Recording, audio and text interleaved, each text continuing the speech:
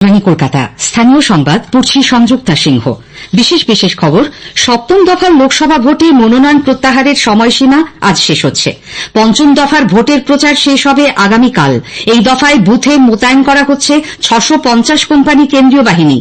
বিশেষ আদালতে একবার মামলা গৃহীত হবার পর পিএমএল এর 19 নম্বর ধারায় ইডি আর অভিযুক্তকে গ্রেপ্তার করতে পারবে না বলে সুপ্রিম কোর্ট রায় দিয়েছে। ডায়াবেটিস এবং হার্ট ও লিভারের অসুখে চিকিৎসায় সাধারণভাবে ব্যবহৃত 41টি ওষুধের দাম কমিয়েছে সরকার। উচ্চ মাধ্যমিকের ফলের স্ক্রুটিনি ও রিভিউয়ের পর আরও 12 জন মেধা তালিকায় অন্তর্ভুক্ত হয়েছে। রাজ্যে ফের তাপপ্রবাহের পূর্বাভাস দিয়েছে আবহাওয়া দপ্তর। আসি বিস্তারিত খবরে। সপ্তম তথা শেষ দফার লোকসভা নির্বাচনে মনোনয়ন প্রত্যাহারের আজই শেষ দিন।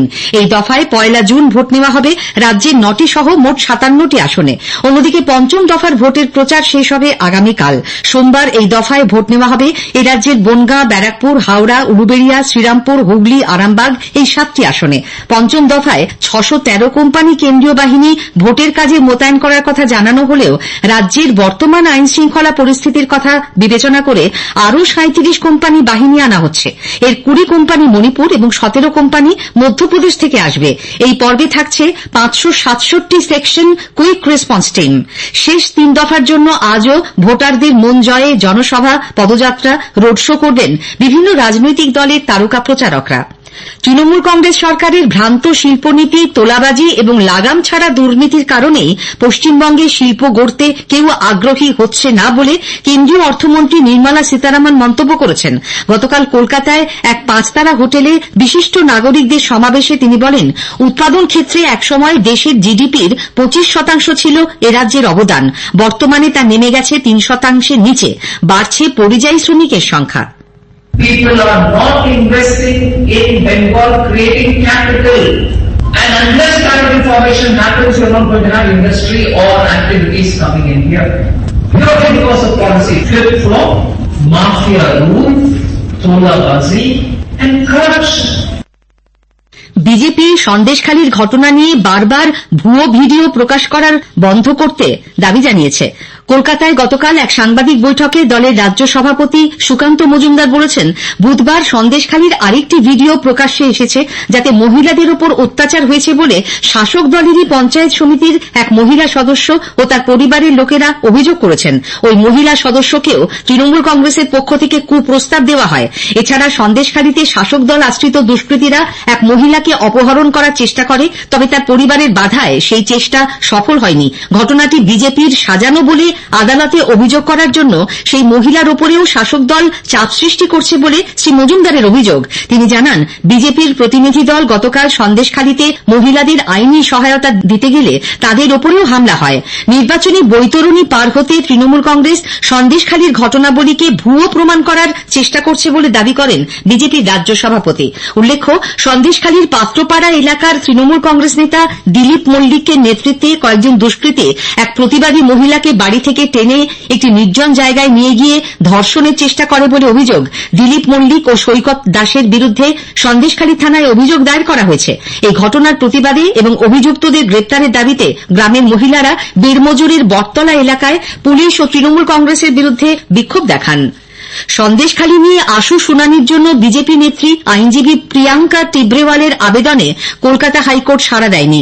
সন্দেশখালীর নির্যাতিতাদের হুমকি দেওয়া হচ্ছে এবং সিবিআই এর কাছে দায়ের করা অভিযোগ ফিরিয়ে নিতে বাধ্য করা হচ্ছে বলে অভিযোগ করে গতকাল প্রধান বিচারপতি টি.এস. শিবজ্ঞানম ও বিচারপতি হিরণময় ভট্টাচার্যের ডিভিশন বেঞ্চের দৃষ্টি আকর্ষণ করেন শ্রীমতী টিব্রেওয়াল। তিনি জানান, সেখানকার মহিলারা তাঁকে প্রতিনিয়ত হুমকি এবং আতঙ্কের মধ্যে থাকার কথা জানিয়েছেন।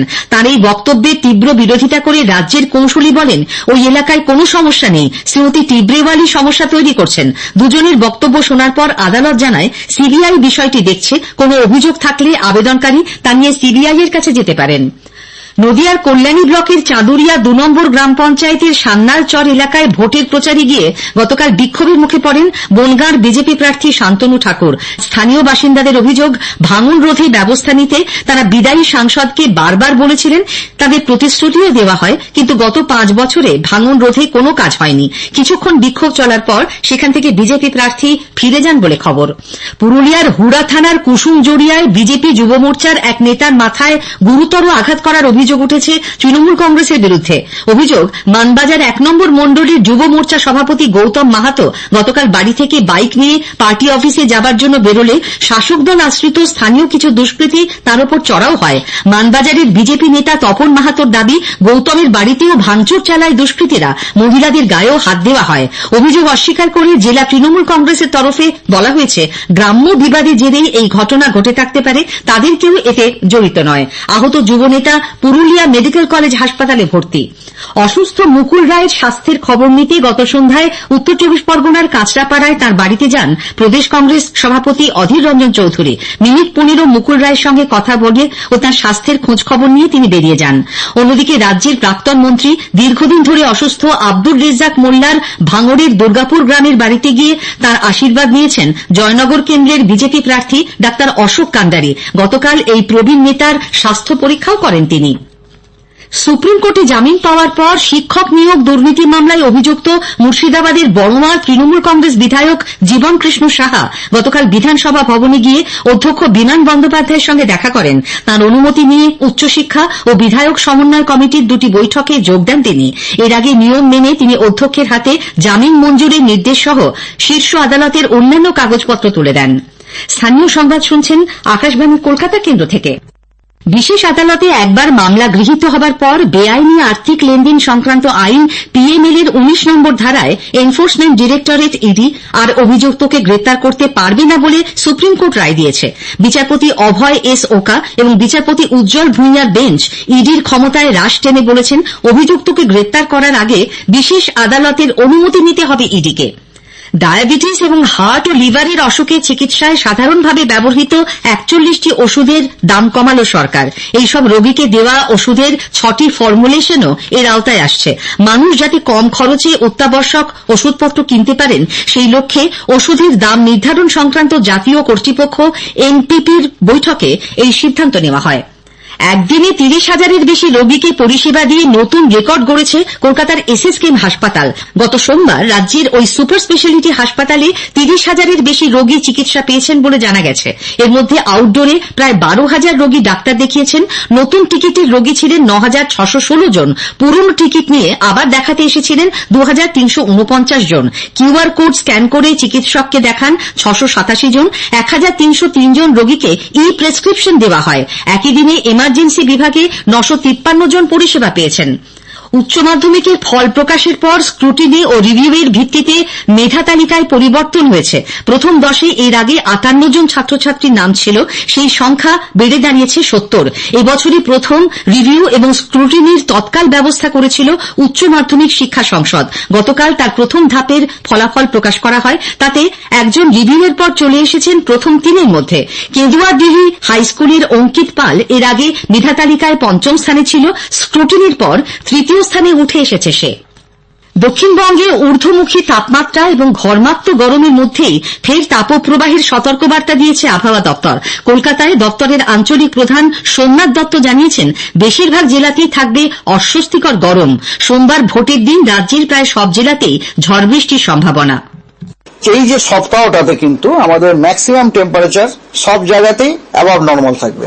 18 তারিখে কিন্তু হিট ওয়েভ ওয়ার্নিং রয়েছে, মালদাতে হিট ওয়েভ ওয়ার্নিং আছে, দিনাজপুরে হিট ওয়েভ ওয়ার্নিং আছে, ওয়েস্ট মেদিনীপুরে আছে, বাঁকুড়ায় আছে, ওয়েস্ট বর্ধমানে আছে এবং বীরভূমে আছে। 19 তারিখে হিট ওয়েভের ওয়ার্নিং আছে ওয়েস্ট মেদিনীপুর, বাঁকুড়া, ওয়েস্ট বর্ধমান এবং বীরভূমে। আর ওই দিনে কিন্তু পশ্চিমবঙ্গের অনেকগুলি জেলাতে বজ্র বিদ্যুৎ সহ বৃষ্টি ঝোড়ো হওয়ার সতর্কতা দেওয়া হয়েছে। 20 তারিখে কিন্তু কোথাও কোনো হিট ওয়েভের ওয়ার্নিং নেই, কোথাও কোনো hot and humid weather warning নেই, কিন্তু ওই দিনে পশ্চিমবঙ্গের সব জেলাতে বজ্র বিদ্যুৎ সহ বৃষ্টি এবং হেভি রেন এরও কিন্তু ওয়ার্নিং দেওয়া হয়েছে। কলকাতায় আজ সকালে সর্বনিম্ন তাপমাত্রা 29.2 ডিগ্রি সেলসিয়াস, স্বাভাবিকের চেয়ে 2.5 ডিগ্রি ওপরে। এদিকে মালদায় গতকাল বজ্রাঘাতে একদিনে 12 জনের মৃত্যু হয়েছে, তাদের মধ্যে 3 জন নাবালক। পশ্চিম বর্ধমানের পাণ্ডবেশ্বর সিডিপিও অফিসে গতকাল সংগ্রামী যৌথ মঞ্চের স্মারকলিপি প্রদান কর্মসূচিতে হামলার ঘটনায় ব্যাপক উত্তেজনা ছড়ায়। আহত হন যৌথ মঞ্চের মহিলা সহ 6 জন। এক পুলিশ কর্মীও আহত হয়েছেন। অভিযোগের আঙুল উঠেছে শাসক দল আশ্রিত দুষ্কৃতীদের বিরুদ্ধে। স্থানীয় সংবাদ শেষ হলো। যারা যারা আমাদের সাথে সংযুক্ত ছিলেন সবাইকে ধন্যবাদ। দয়া করে চ্যানেলটি সাবস্ক্রাইব করুন এবং কমেন্ট করে জানান আপনি কোথা থেকে আমাদের সংবাদটি শুনলেন, এবং আপনার বন্ধু বান্ধবদের সাথে শেয়ার করে দিন যাতে তারাও রেগুলার সংবাদ শুনতে পারে। ধন্যবাদ আমাদের সাথে থাকার জন্য।